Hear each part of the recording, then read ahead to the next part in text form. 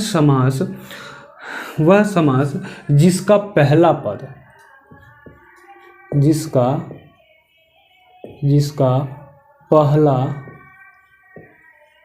पहला पद अव्यय हो। अव्यय मतलब अव्यय क्या होता है? जिसमें परिवर्तन नहीं हो सकता है, चाहे लिंग हो, चाहे वचन हो, चाहे काल हो, उसके जो है उसके अगर कोई भी चीज़ें आ जाएं, बदल जाएं, तो उसका परिवर्तन नहीं होता। जिसका पहला पद अव्यय हो एवं उसके संयोग से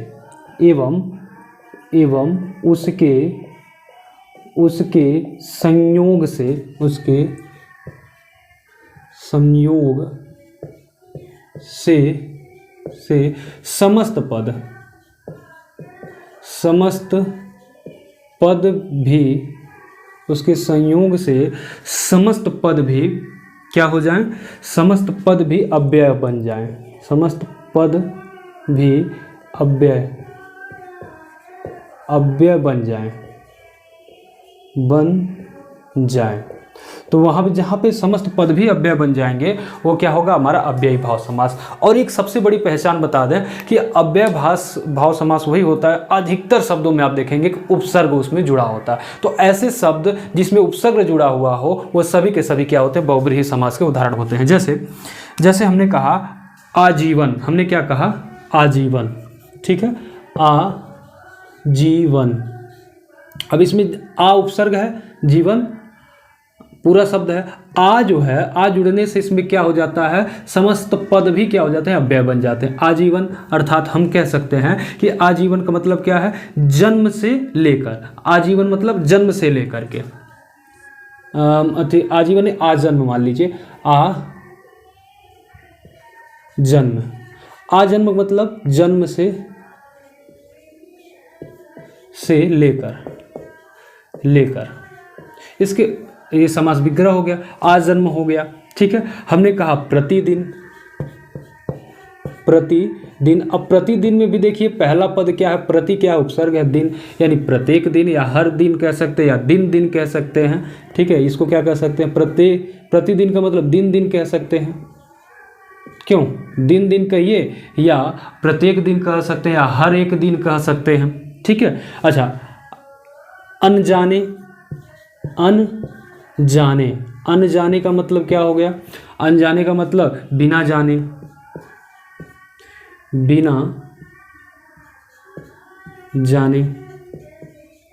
अनजाने मतलब बिना जाने, ठीक है।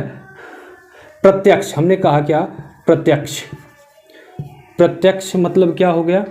आँखों के सामने। जो चीज़ें आँखों के सामने दिखाई देती हैं उसे हम क्या बोलते हैं? प्रत्यक्ष बोलते हैं।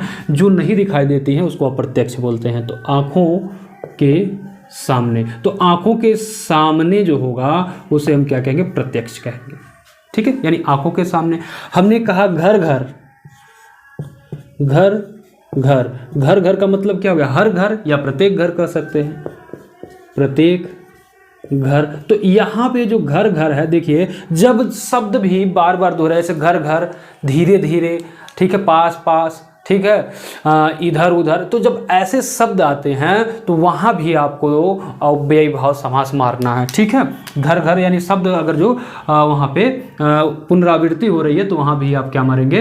अभी आप कहेंगे कि बीच में योजक चिन्ह था, तो योजक चिन्ह तो आप बताए थे कि नहीं सर, योजक चिन्ह जो होगा वो आपका उसमें चला जाएगा द्वंद्व में, तो नहीं। तो इस वाले योजक चिन्ह में देखिए दोनों शब्द समान है, उस वाले चिन्ह में दोनों पद समान नहीं थे। जैसे पाप पुण्य, तो पाप और पुण्य एक दूसरे के अपोजिट होते हैं वहाँ पे, लेकिन यहाँ पे अपोजिट नहीं है, दोनों शब्द सेम होते हैं, ठीक है। हमने कहा बेखटके, ठीक है,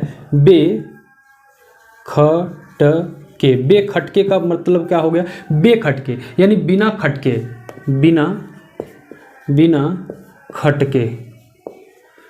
खटके, बेखटके मतलब बिना खटके, ठीक है। बेखटके, बिना खटके, ठीक है, यानी बिना खटके का मतलब नहीं होता लोगों में खटक जाता है, कहते हैं ना बिना खटके, ठीक है।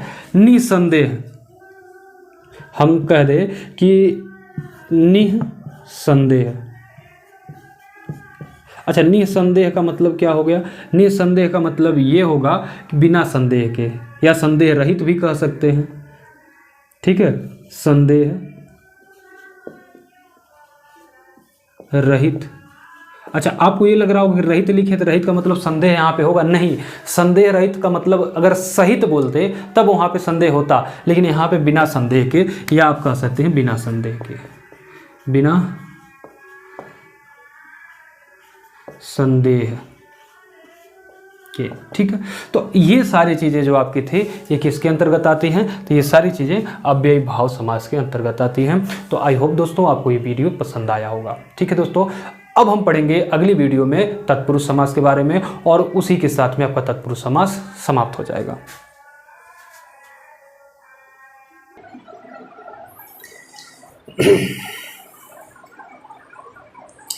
जय हिंद दोस्तों, स्वागत है आपका आपके चैनल शिक्षा रथ यश के सर में।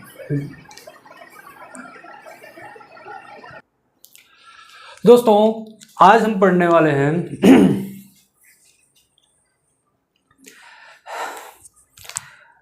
जय हिंद दोस्तों, स्वागत है आपका आपके चैनल शिक्षा रथ यश के सर में। दोस्तों आज हम पढ़ेंगे तत्पुरुष समास। समास का ये लास्ट वीडियो होगा और इसके बाद आपका समाप्त हो जाएगा। दोस्तों आज इस वीडियो में हम पढ़ेंगे समास के बारे में, समास के प्रकार के बारे में, और सभी के हम 2-2, 3-3 उदाहरण भी देखेंगे। तो आइए शुरू करते हैं आज की क्लास को। दोस्तों समास देखिए, तत्पुरुष समास आज हम क्या पढ़ेंगे? तत्पुरुष समास, वह समास जिसका दूसरा पद प्रधान होता है, जिसमें इसमें क्या होता है? परसर्ग का लोप होता है। परसर्ग का मतलब समझते हैं विभक्ति। आपने कारक, अगर आपको अभी हम तो पढ़ाए नहीं है, लेकिन कारक अगर आप समझते हैं तो कारक में विभक्तियां होती हैं। तो कारक में 8 कारक होते हैं, तो पहला और लास्ट का, यानी जो कर्ता कारक होता है और लास्ट में जो आपका जो है संबोधन कारक होता है, ये 2 कारक छोड़ के बाकी के आपके 6 जो कारक बचते हैं, उन्हीं कारकों को तत्पुरुष के अंतर्गत रखा गया है। जैसे कर्ता छोड़ दिया गया, फिर उसके बाद ले लिया जाता है कर्म, फिर करण, संप्रदान, अपादान, संबंध, अधिकरण, फिर लास्ट में आपका आता है संबोधन। तो संबोधन को छोड़ देते हैं और कर्ता को छोड़ देते हैं, बाकी जो आपके हैं सभी के सभी उसको लेकर के हम जो क्या बनाते हैं? तत्पुरुष समास बनाते हैं। तो तत्पुरुष समास में क्या होता है? तत्पुरुष समास में हमारा दूसरा पद जो है प्रधान होता है। कौन सा पद प्रधान होता है? दूसरा पद प्रधान होता है।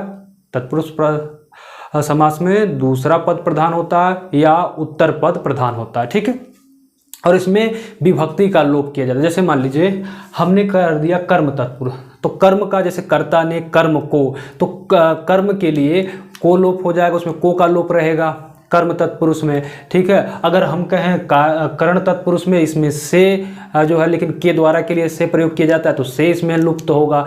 ठीक है, और यहाँ संप्रदान में को के लिए, इसमें को के लिए, यानी यहाँ पे के लिए, यहाँ पर देखेंगे तो यहाँ पे के लिए, यहाँ पे बीच में जो है लुप्त होता है, के लिए इसमें जोड़ करके समास विग्रह किया जाता है। उसी प्रकार से आपादान में इसमें से अलग होने के अर्थ में यहाँ से लुप्त होता है, इसको लगा करके समास विग्रह किया जाता है। संबंध तत्पुरुष में का की के लगा करके उसका जो है समास विग्रह किया जाता है, यानी यहाँ पे का की के मिसिंग होता है। और वहीं अधिकरण तत्पुरुष में पर जो है यहाँ पर होता है, लुप्त होता है। ठीक है, तो आइए बारी बारी से सबके बारे में पढ़ते हैं। तो पहला हमारा है, ठीक है, कर्म तत्पुरुष समास। समास के 6 रूप, ये तत्पुरुष समास के 6 रूप होते हैं। 6वां रूप आपके सामने। पहला जो है कर्म तत्पुरुष समास। इसमें क्या होता है? जब समास क्या हो? कर्म के अनुसार हो, यानी जहाँ पे को का लोप हो। सीधी सी बात समझ लीजिए, ज़्यादा एग्जाम्पल इधर उधर नहीं देखना है, ज़्यादा डीप में नहीं जाना है, आपको सिर्फ विज्ञान से मतलब समझना क्या है कि जहाँ पे को का लोप हो वहाँ पे हमारा क्या हो? कर्म तत्पुरुष। जैसे ग्रामगत है, यानी ग्राम को गया हुआ है, यहाँ क्या है? ग्राम को गया हुआ। अब यहाँ पे देखिए ग्राम को गया हुआ, ठीक है, तो यहाँ पे कहा गया कि ग्राम को गया हुआ, यानी यहाँ पे क्या मिसिंग था? ग्राम, या हम कहते ग्राम को गया हुआ ना लकर ग्राम को गया ही कह सकते हैं।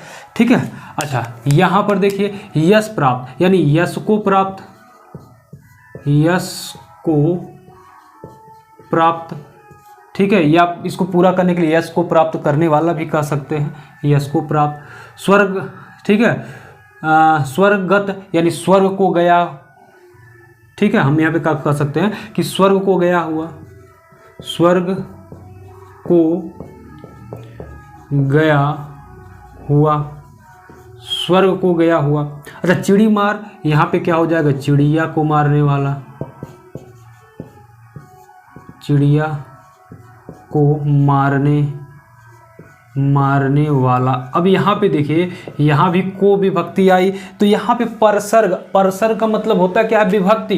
तो यहाँ पे परसर्ग, यहाँ पे को देखिए, यहाँ भी लुप्त है, यहाँ भी, यानी चिड़िया को मारने वाला। जहाँ पे को दिख जाए सीधे मारिए कर्म है, सीधे क्या मारिए, कर्म तत्पुरुष समास है। ठीक है, अगला जो हमारा है कर्ण तत्पुरुष, इसमें से के द्वारा, से इसमें भी रहेगा, लेकिन ये क्या होगा, इस से के द्वारा कार्य किया जाए। जैसे मुख, ठीक है, यहाँ पे कहा गया भूख मरा, तो भूख मरा यानी भूख से मरा, यानी व्यक्ति भूखा था, तो यहाँ पे हो गया भूख से मरा, यानी भूख के द्वारा मरा, क्योंकि वो मरा क्यों, क्योंकि उसको भूख लगी थी, उसको भोजन नहीं मिला, तो भूख के द्वारा यहाँ पे से का जो प्रयोग हुआ उसके द्वारा के लिए हुआ है। ठीक है, आप क्या है, अकाल पीड़ित, यहाँ पे क्या कहेंगे, अकाल से पीड़ित, अकाल से